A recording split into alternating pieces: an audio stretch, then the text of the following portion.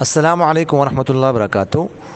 What's app group number 2 میں محمد ساجد بھائی نے سوال کیا ہے۔ السلام علیکم ورحمۃ اللہ وبرکاتہ۔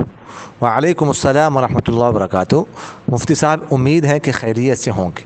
حضرت سوال یہ ہے کہ جب نماز کے لیے اقامت کہی جاتی ہے تو فوراً کھڑے ہو جانا چاہیے یا حی علی الصلاۃ جب کہی جائے تب کھڑے ہونا چاہیے؟ جزاک اللہ۔ دیکھیے گا، جب اقامت شروع ہو جائے جماعت کے لیے کب کھڑے ہونا چاہیے، اس کے بارے میں سب سے بہترین صورت یہ ہے کہ اگر امام سامنے کی جانب سے آئے، یعنی محراب کی طرف سے آ جائے، محراب میں کوئی راستہ دروازہ وہاں سے آ جائے، تو جو ہی امام نظر آ جائے مقتدیوں کو، تو مقتدیوں کو کھڑے ہو جانا چاہیے۔ اور اگر امام پیچھے کی جانب سے آ رہا ہو تو جس صف سے امام گزرتا جائے اس صف والوں کو کھڑے ہونا چاہیے۔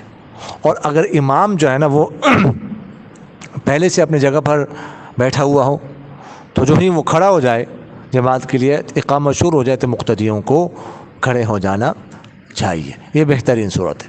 بعض روایت میں حی علی الصلاۃ کا بھی ذکر آتا ہے کہ کھڑے ہو جائیں، ٹھیک ہے۔